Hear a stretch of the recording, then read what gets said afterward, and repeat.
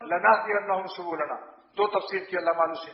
اے لنہدینہم سبل السیر الینا وسبل الوصول الی جنابنا،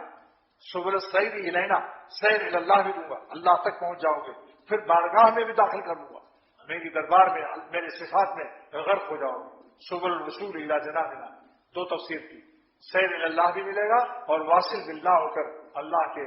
صفات میں غرق ہو جاؤ گے، ہر وقت کہو گے میں دن رات رہتا ہوں جنت میں گویا میرے باغ دل میں یہ گلکاریاں ہیں۔ ان اللہ لمع المحسنین، اللہ تعالیٰ ایسے مخلصین کو معیت خاصہ قرب خاص عطا کرتا ہے، یہ مخلص ہے کیونکہ انہوں نے غم اٹھایا، حلوہ خور نہیں ہے، بلا خوری کی کرتے ہیں،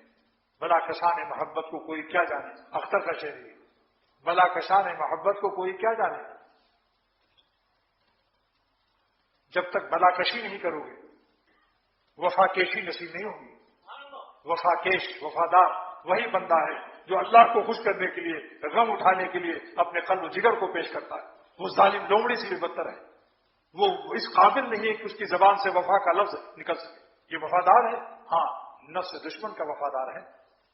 جب نفس اس کے دل میں گدگدی لگاتا ہے تو فوراً نمکینوں کو تلاش کرتا ہے، یہ نمک حرام شخص ہے۔ بتاؤ جس نمک کو چکھنے کو اللہ نے حرام فرمایا، ایسے نمک کو دیکھنے والا نمک حلال ہے یا نمک حرام؟ بتاؤ بھائی۔